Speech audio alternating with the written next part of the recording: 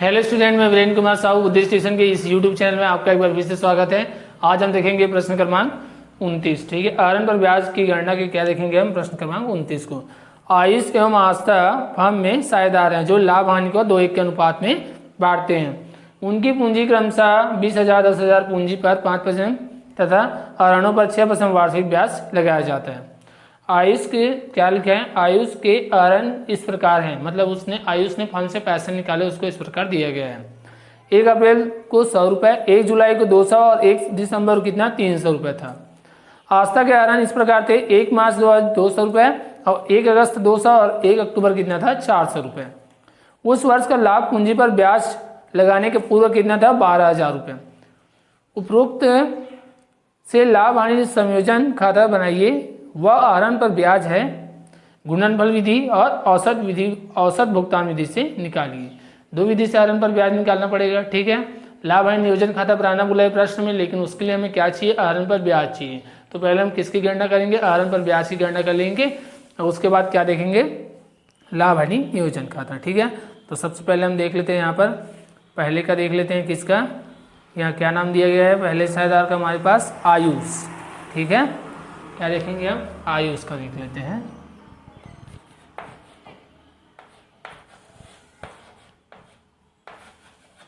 ठीक है, आयुष का देख लेते हैं। प्रश्न में दिया गया है यहाँ पर 1 अप्रैल दिया गया है हमको, और बंद कब हो रहा है हमारा खाता 1 जनवरी से 31 दिसंबर। तो ये 9 माह आएगा। 1 अप्रैल से कहाँ तक गिनेंगे हम, दिसंबर तक, तो कितना माह आता है यहाँ पर 9 माह आ जाएगा। ठीक है, और राशि क्या थी, राशि प्रश्न में दिया गया है यहाँ पर, कहाँ है ये देखिए 100 रुपये। ठीक है, इतना दिया गया यहाँ पर 100 रुपये दिया गया था यहाँ पर, हम लिख लेंगे इसको 100 रुपये। ठीक है, ये क्या है रुपए में है। ठीक है, रुपए, तो कितना हो गया यहाँ पर ये 900 रुपये। ठीक है, कितने रुपए हुए 900 रुपये हो गए। अब हम देखते हैं कि इसका 1 जुलाई को देख लेते हैं यहाँ पर। 1 जुलाई कितना था, 1 जुलाई को कितना था यहाँ पर 200 रुपये। ठीक है, प्रश्न में एक बार देख लेते हैं हम, 200 रुपये है यहाँ पर। ठीक है, 1 जुलाई कितना था 200 रुपये। अब 1 जुलाई से हम कहाँ तक गिनेंगे, दिसंबर तक, कितना माह आ जाएगा 6 माह आएगा। 6 दूनी कितना हो गया, ये 1200 रुपये हो जाएगा यहाँ पर। ठीक है, 1200 रुपये हो गया। अब हम देखते हैं कब था यहाँ पर, यहाँ प्रश्न में देख लेंगे एक बार, कितना था 31 दिसंबर। कितना दिया गया प्रश्न में 31 दिसंबर। ठीक है, 31 दिसंबर कितना था यहाँ पर 300 रुपये। ठीक है, और कितना माह जाएगा 1 माह, तो यहाँ पर कितना आएगा 300 रुपये। ठीक है, ये आ गया। अब हम इसका क्या कर देंगे, यहाँ पर योग कर देते हैं, यहाँ इसको हम योग करेंगे। ठीक है, इसके लिए हम क्या करेंगे, एक लाइन खींच देंगे यहाँ से।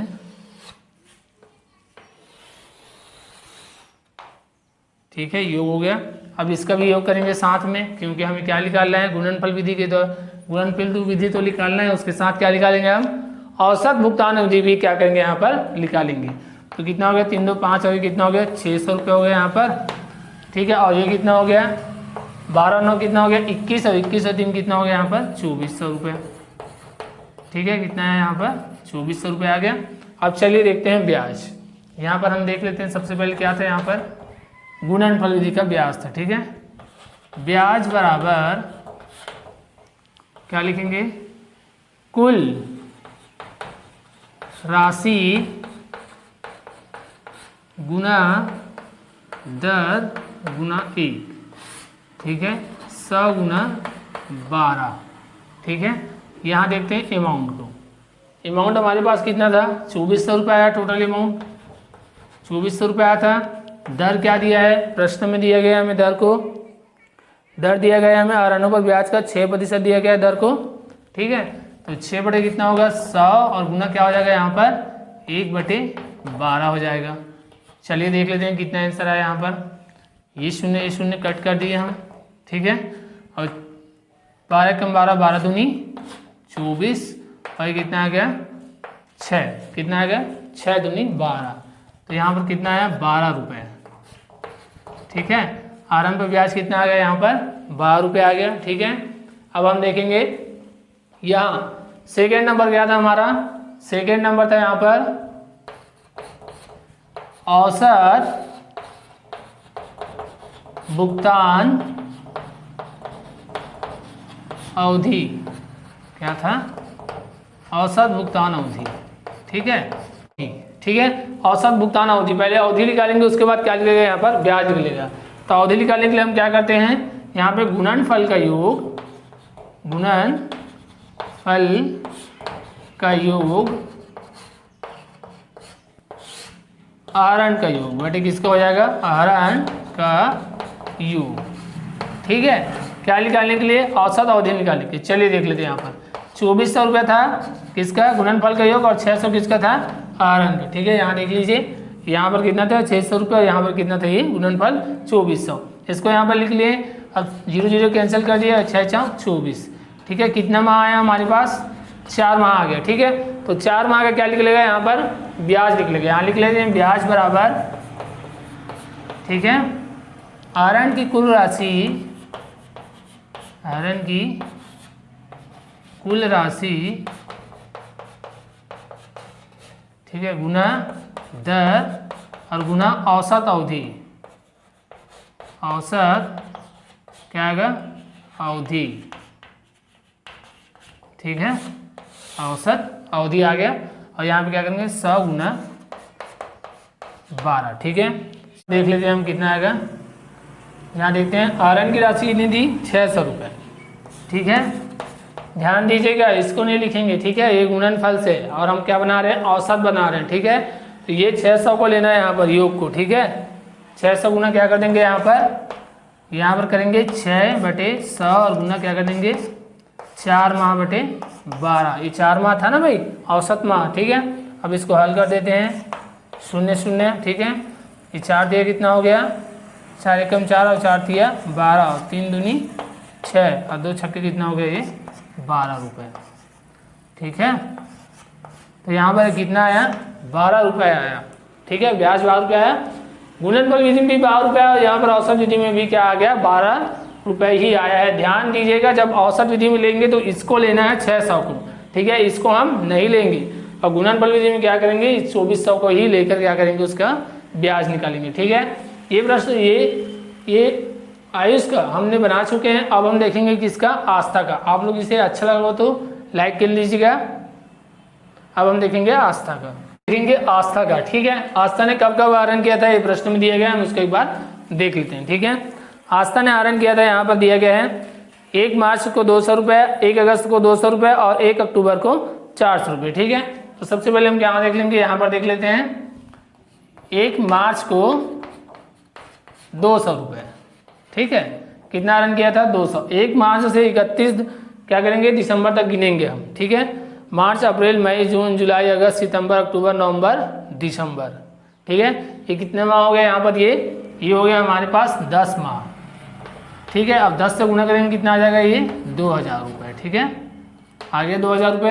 अब हम देखते हैं कब था, अगस्त में था, 1 अगस्त तो कितना है यहाँ पर। ठीक है, अगस्त से दिसंबर कितना माह हो जाएगा, अगस्त सितंबर अक्टूबर नवंबर दिसंबर, कितने माह हो गए, 5 माह। ठीक है, और राशि क्या थी, इसकी भी राशि कितनी थी, 200, और 5 दूनी कितना हो गया 10, ये 1000 रुपये आ गया। ठीक है, अब हम देखते हैं कब लिया था, प्रश्न में देख लेते हैं। यहाँ पर प्रश्न में दिए गए हैं 1 अक्टूबर को 400, कितना दिया है, 1 अक्टूबर को कितना दिया था, 400 रुपये। ठीक है, अक्टूबर तो अक्टूबर नवंबर दिसंबर कितने माह हो गए, 3 माह, 4 दिया 1200 रुपये हो गया इसका। ठीक है, अब क्या कर लेंगे, इसका टोटल कर लेते हैं हम, ये कितना हो गया 3 और ये 4200 रुपये, तो यहाँ पर कितना है 4200 रुपये आ गया। ठीक है, अब इसका भी टोटल कर लेते हैं, कितना आ गया 800 रुपये। ठीक है, आ गया। अब हम देखेंगे इसका क्या देख लेंगे, सबसे पहले हम क्या देखेंगे, गुणनफल विधि। क्या देखेंगे, गुणनफल विधि। ठीक है, गुणनफल विधि में हम ब्याज कैसे निकालते हैं, यहाँ लिख लेते हैं, ब्याज बराबर कुल राशि गुना दर और गुना क्या करेंगे 1, यहाँ 100 गुना 12, ठीक है। यहाँ लिख लेते हैं अमाउंट को। अमाउंट कितना था यहाँ पर 4200 रुपये है हमारे पास। कितना है 4200 गुना दर था, दोनों का समान रहेगा 6%, तो 6/100 और यहाँ पर 1/12। कुल माह की संख्या कितनी होती है 12, ठीक है। ये शून्य हम कैंसिल कर दिए। 6 1 कम 6 और 6 दूनी कितना हो गया 12 और ये 2 1 कम, ये क्या आ गया 2 दूनी 4, ठीक है, और 2 1 कम 2, ठीक है। तो कितना रुपया आया यहाँ पर 21 रुपये। कितना रुपया आ गया 21 रुपये ब्याज का आया। अब हम देखेंगे औसत भुगतान अवधि। ये तो गुणनफल विधि से आया 21 रुपये ब्याज का। अब हम देखेंगे औसत भुगतान अवधि, ठीक है। इसमें क्या ज्ञात करते हैं दे तिथि। क्या निकालेंगे सबसे पहले दे तिथि निकालेंगे, ठीक है। और दे तिथि निकालने के लिए हम क्या करते हैं आरणव, यहाँ पर क्या लिखेंगे गुणनफल का योग, क्या लिखेंगे गुणनफल का योग बटे आरण का योग, ठीक है। क्या कर देंगे हम आरण का योग कर देंगे। यहाँ देखेंगे यहाँ पर, ठीक है। ये देखिए यहाँ पर ये 800 रुपये क्या था राशि क्या था आरणों की राशि और गुणनफल कितनी थी 4200। यहाँ पर हम लिख लेंगे 4200 बटे कितना करेंगे यहाँ पर बटे कर लेंगे 800 रुपये, ठीक है। कितना करेंगे 800 रुपये यहाँ लिख लेंगे, ठीक है। अब इसे हम क्या कर देते हैं कट कर देते हैं, ठीक है। अब किससे चला जाएगा देख लेते हैं हम इसको 8 से दे देते हैं। पहले क्या कर देते हैं इसको हम ये 0 0 कैंसिल कर देते हैं। अब 8 पंचे 40 बचा कितना 2, उसमें क्या कर देंगे यहाँ दशमलव इसको 0, 8 दूनी कितना होगा 16, ठीक है। कितना बच गया 4, ये 0 4 40 हो गया, 8 पंचे 40, ठीक है। तो कितना माह आया यहाँ पर आया 5.25 माह, ठीक है। अब हम क्या निकालेंगे यहाँ पर ब्याज निकाल लेते हैं, ठीक है। क्या निकालेंगे ब्याज। ब्याज बराबर ध्यान दीजिएगा ये अमाउंट को नहीं लेना है गुणनफल का, किसको लेंगे हम 800 रुपये आरण की कुल राशि, क्योंकि यहाँ पर क्या रहता है आरण की कुल राशि, ठीक है। गुना दर और गुना क्या होगा अवधि, ठीक है। औसत अवधि आता है, ठीक है ना। यहाँ 100 गुना 12, ठीक है। चलिए यहाँ देख लेते हैं कितना था यहाँ पर 800 रुपये था और गुना दर 6 और गुना क्या आएगा माह कितना था 5.25 माह, ठीक है। यहाँ करेंगे 100 गुना 12, ठीक है। चलिए ये शून्य क्या कर दिए कट कर दिए, 6 कम 6 और 6 दूनी कितना हो जाएगा ये 12 और 2 चौक 8, 4 आया। 4 गुना कितना करेंगे 5.25, ठीक है। क्या कर लेते हैं यहाँ पर देख लीजिए उसको, यहाँ पर हम करेंगे 4 गुना 5.25, ठीक है।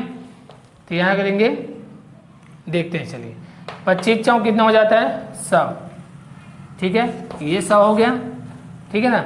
2 संख्या था इसके 2 कट कर दिए और 5 1 कम 5, ठीक है। ये कितना हो गया यहाँ जोड़ेंगे 5, सॉरी ये कितना हो जाएगा 5 चौक 20, ठीक है।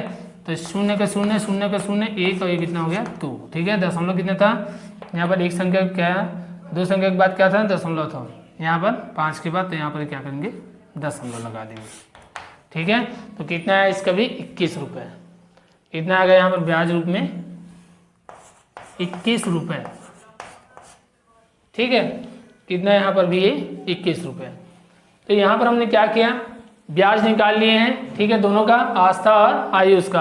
अब हम देखेंगे इसका लाभ हानि नियोजन खाता, क्योंकि लाभ हानि नियोजन खाता के लिए क्या इसकी आवश्यकता थी आरण पर ब्याज की, जो यहाँ पर हमने निकाल लिए। अब देखेंगे हम लाभ हानि नियोजन खाता।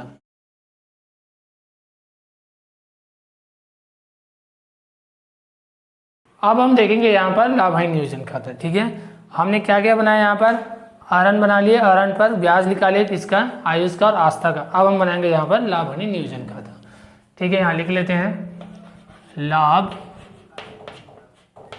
हानि नियोजन खाता, नियोजन खाता। ठीक है, कब समाप्त हो रहा है? 31 दिसंबर को समाप्त होने वर्ष को समाप्त होने वाले वर्ष का, होने वाले वर्ष का। ठीक है, चलिए यहाँ पर हम क्या लिख लेंगे? विवरण राशि, यहाँ पर भी क्या कर लेंगे? विवरण राशि। ठीक है, इसको यहाँ पर बंद कर देते हैं हम।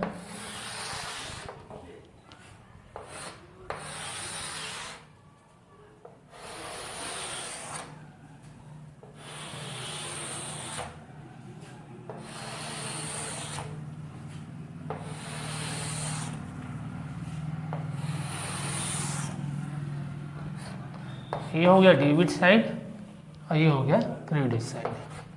ठीक है, सबसे पहले प्रश्न में दिया गया लाभ, उसको ला लेते हैं हम। शेष लाया गया, ठीक है, क्या होता है? ये लाभ। ठीक है, शेष लाया गया क्या होता है? शुद्ध लाभ। अब प्रश्न में कितना दिया हमको? 12,000 रुपये। ठीक है, ये 12,000 रुपये राशि दी गई है। उसके बाद क्या बोला है?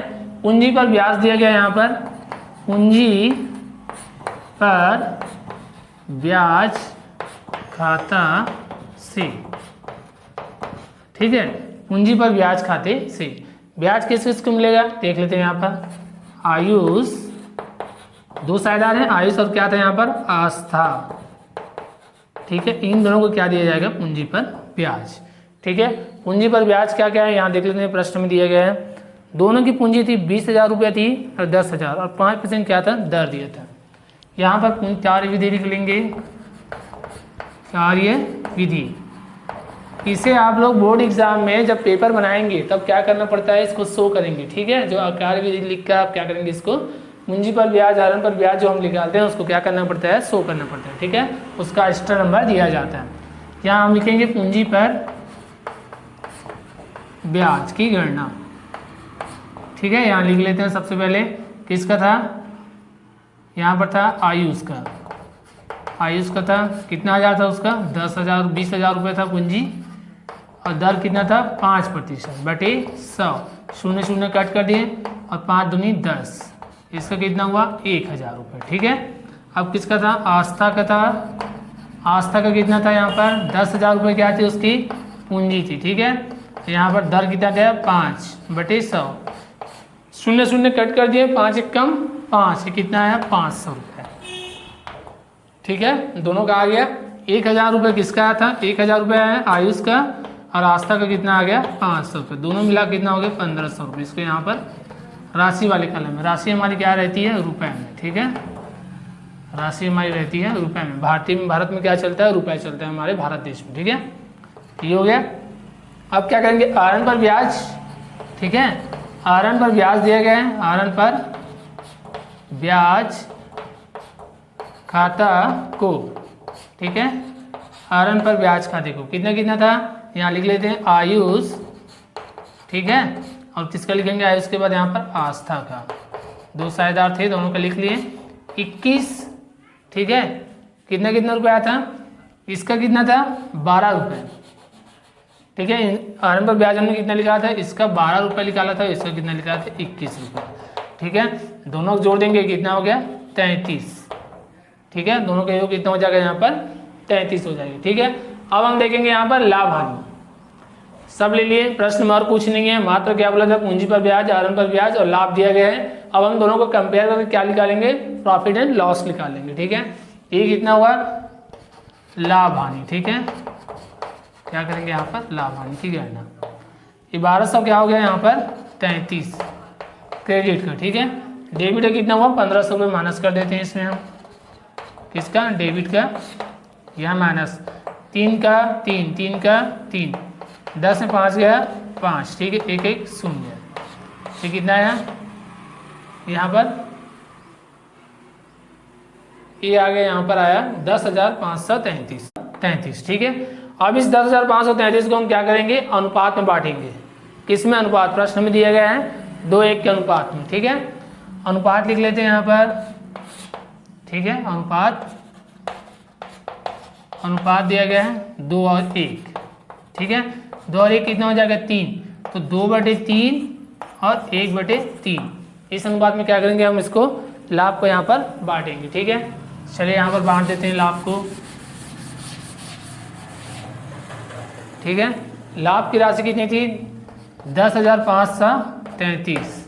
लाभ का वितरण यहाँ क्या लिख देंगे, लाभ का वितरण। ठीक है, लाभ का वितरण लिख दें। फर्स्ट किसका था, आयुष का, कितना था 2/3, 2/3 होगा। चलिए अब इसको हम क्या करते हैं, हल कर देते हैं। ये कितना होगा, 3 तिया 9। ठीक है, 3 आया, हासिल आया 1, 3 पंचे 15, 3 1 कम 3 और 3 1 कम 3। ये कितना आ गया, यहाँ पर आ गया 3,511। इसको क्या करेंगे हम 2 से गुना कर देंगे। ठीक है, 2 1 कम 2, 2 1 कम 2, 2 पंचे 10 का 0, हासिला 1 और 2 दिया 6 और कितना 7। 7,022 रुपये किसका है, आयुष के। यहाँ पे क्या लिखेंगे, साझेदार की पूंजी खाता में हस्तांतरण। ठीक है, साझेदारों के पूंजी खाता में हस्तांतरण, पूंजी खाता में हस्तांतरण, हस्तांतरण। ठीक है, किस किस का था, आयुष और किसका था हमारे पास, आस्था। ठीक है, इसका कितना है 7,022 रुपये। ठीक है, अब इसका देख लेते हैं। देखिए भाग देने पर कितना आएगा, 35 ही आएगा, 3,011। ठीक है, अब इसका गुना हम किससे कर देंगे, 1 से, तो वही आ जाएगा। ठीक है, तो यहाँ कितना लिखेंगे 35,11 मतलब 3,511 रुपये। ठीक है, और इन दोनों टोटल कितना आएगा 10,533, 10,533 रुपये। ठीक है, यहाँ पर आ गया। अब हम क्या कर देंगे, यहाँ पर योग करेंगे। ठीक है, यहाँ हम योग कर देंगे। ठीक है, ज़्यादा किस तरफ का था, क्रेडिट का, तो उसी के ही बैलेंस यहाँ पर आएगा। कितना आएगा 12,033 रुपये। यहाँ कितना आएगा 12,033। ठीक है, ठीक है, ये प्रश्न बन गया। यहाँ पर प्रश्न क्रमांक 29 का लाभ हानि नियोजन का था। आप लोग इसे नोट कर लीजिएगा और ज़्यादा से ज़्यादा इसे शेयर कीजिएगा। अब हम मिलते हैं प्रश्न क्रमांक 30 के साथ। Thank you.